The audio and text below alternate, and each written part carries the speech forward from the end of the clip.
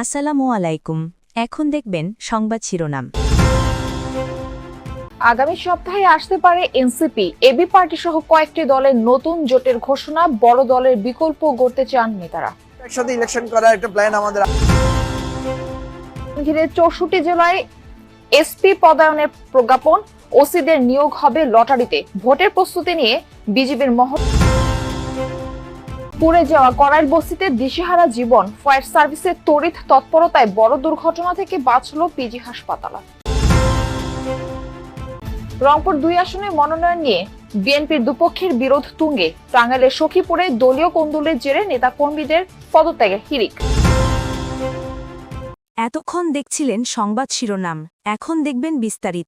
NCP, AB party সহ কয়েকটি দলের সমন্বয়ে এক সপ্তাহের মধ্যে আসছে নতুন জোটের ঘোষণা। সম্ভাব্য নতুন এই জোটের শরিক দলগুলোর শীর্ষ নেতারা বলছেন, কোনো বড় দলের উপর নির্ভর করে রাজনীতি শুরু করতে চান না তারা।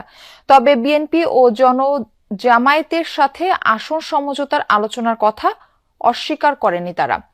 জানিয়েছে নির্বাচনী সমঝোতা হলেও জোটের পরিচয়ে 300 আসনেই ভোটে অংশ নিতে চান তারা। বিএনপি জামায়াতে ইসলামীর বলয়ের বাইরে আলাদা জোট গঠনের প্রক্রিয়া শুরু হয়েছে বেশ আগে থেকেই। এনসিপি গণ অধিকার পরিষদের সাথে একীভূত হওয়ার আলোচনায় কিছুদূর এগোনোর পর ভেস্তে যায়। এরপর জাতীয় নাগরিক পার্টি, এবি পার্টি, রাষ্ট্র সংস্কার আন্দোলন এবং আপ বাংলাদেশকে নিয়ে নতুন রাজনৈতিক জোট গঠনের আলোচনা শুরু হয়। এই জোটে যুক্ত করতে দর কষাকষি চলছে গণ অধিকার পরিষদ, গণতন্ত্র মঞ্চে থাকা কয়েকটি দলের সাথে।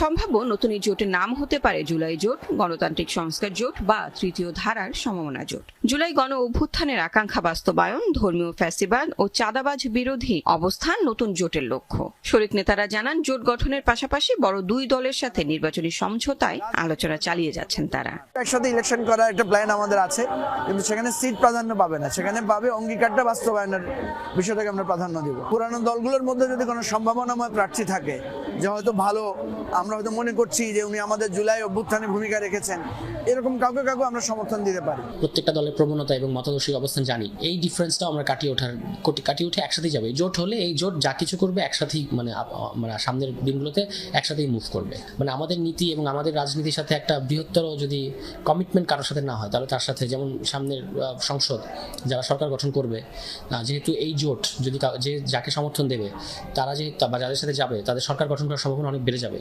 ফলে তারা সংস্কারের ক্ষেত্রে কোনো ধরনের ছলচাতুরি যেন না থাকে।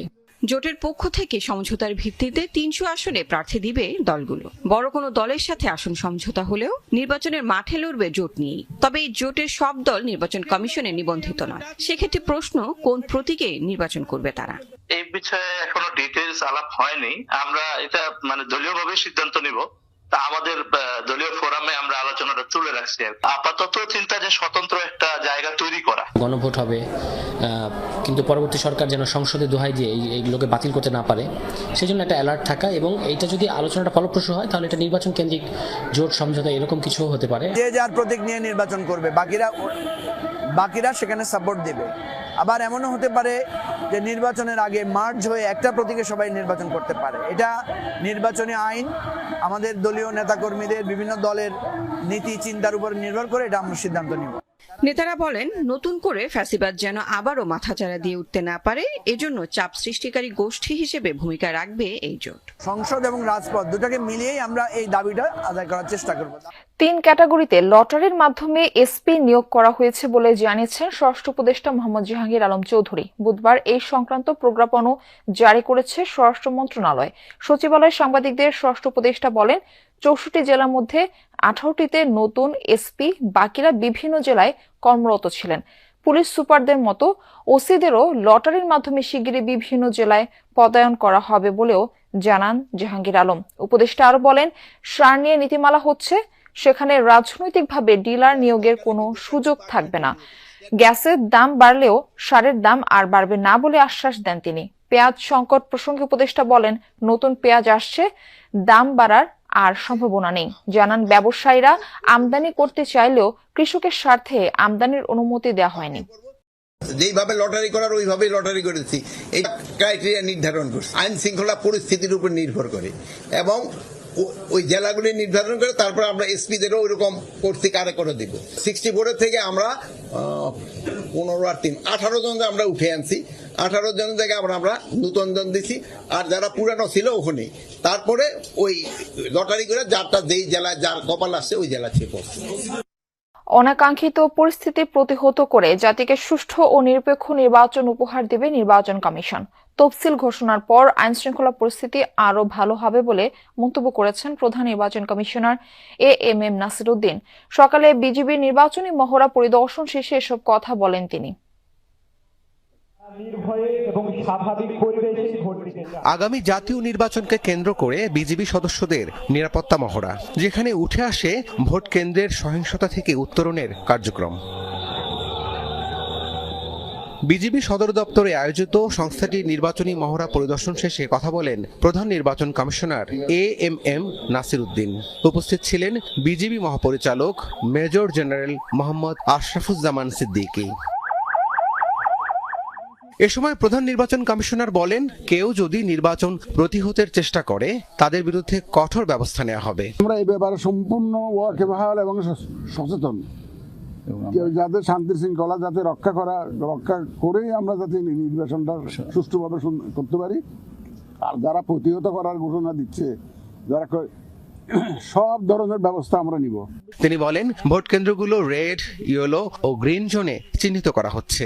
ঝুঁকিপূর্ণ এলাকার পরিস্থিতি নিয়ন্ত্রণে থাকবে আলাদা ব্যবস্থা। সব কেন্দ্রে আর্মি দাবি করছে এরকম। দেখেন, পুলিশ আমরা ধরেন 2 জন পুলিশ দিতে পারি, 3 জন আনসার দিতে পারি।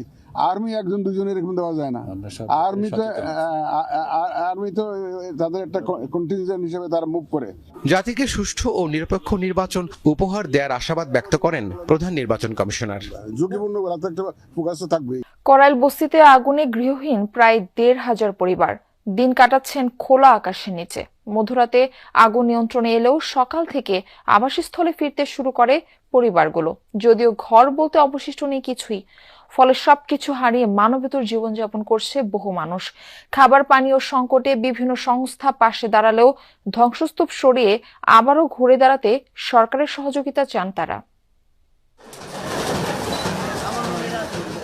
ভোরের আলো ফুটতেই দৃশ্যপটে হাজির আগুনে পোড়া কঙ্কালসার করাইল বস্তি। ধ্বংসস্তূপে পরিণত আবাসস্থলে ফিরতে শুরু করেন বাসিন্দারা। দীর্ঘ 4 বছর ধরে করাইলেই চা দোকান করে সংসার চলছিল মাইনুদ্দিনের, কিন্তু অগ্নিঝড়ে সবকিছুই যেন ওলটপালট হয়ে গেছে তার। এখন পথে বসার উপক্রম। মোটামুটি 1 থেকে 1.5 লক্ষ টাকার মালামাল ছিল দোকানে আর বাসা বাড়ি মিলে এসে। এরপরে যাবতীয় কাপড় চোপড় ছিলই, এখন আমি কিছুই বাইর করতেই নাই। কালকের থেকে এই পর্যন্ত এই পোশাকেই আছি, এখনো পর্যন্ত নাস্তা পানি ঠিক মতো হয় নাই। মাইনুদ্দিনের পাশের বাসায় থাকতেন খাদিজা বেগম। বসত ঘর আর মূল্যবান জিনিসপত্র সবকিছু হারিয়ে নিঃস্ব তিনিও। কিন্তু সরকারি সাহায্য না পাওয়ায় ক্ষোভ জানান তিনি। কিন্তু আমরা উত্তম একটা জামা কাপড়, একটা হান্ডি ফাইলা নয় একটা কিছু আমরা অসহযোগিতা হারাম পাই না। একটা বালি সারা রয়েছি, ওই বাসা দিছে 3টা আং বাসায় এনে একটা হারাম দেন। মঙ্গলবার রাতের ভয়াবহ অগ্নিকাণ্ডে পথে বসে গেছেন প্রায়